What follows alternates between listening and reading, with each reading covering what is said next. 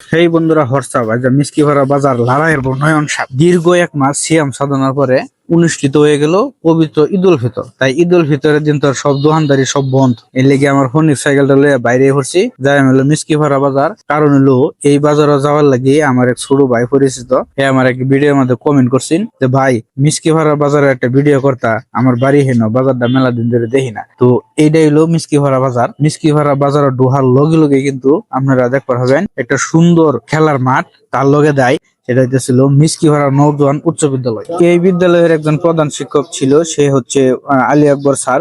উনি মর্মান্তিক একটি সড়ক দুর্ঘটনায় আল্লাহর ডাকে সাড়া দিয়েছেন। তো উনি খুব ভালো মনের মানুষ ছিল। ওনাকে আমি মামা ডাকতাম, খুব ভালো মনের মানুষ আছেন। তো এটা হলো মিষ্টি ভরা ভিতরের বাজার। এখানে একটা বড় সড়ো বট গাছ আছে, এটা কিন্তু গাছটা আরো বড় আছে, দেখতেছেন গাছটা কিন্তু ভাঙ্গা গেছে। তো ভাঙ্গা যাওয়ার কারণে গাছের আকৃতিটা একটু ছোট হয়ে গেছে, নতুন নতুন ডালপালা পাতা গজাইছে। তো ওয়াট বাজারে কিন্তু তেমন দোকানপাট বয় না, বাজারের দিন কিন্তু এই জায়গার মধ্যে ভালো দোকানপাট বয়। তো এই যে রইল স্কুল, স্কুলের সামনে দেখো রয়েছেন বিরাট বড় একটা সবুজ মাঠ।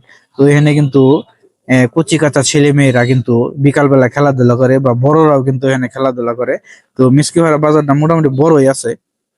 তো এই যে যে রাস্তাটা দেখতেছুন, এই রাস্তার বামে দিয়ে আমরা ঢুকলাম, ঢুকার পরে যাই আমি বললো বুয়াডেঙ্গা ডুলির মধ্যে উঠতে আইন্দা বাঘে ধরা যায় আয়া হরম এবারে বাইক কান্দি। তো মানে ছোট ভাইয়ের রিকোয়েস্টে গেছিলাম।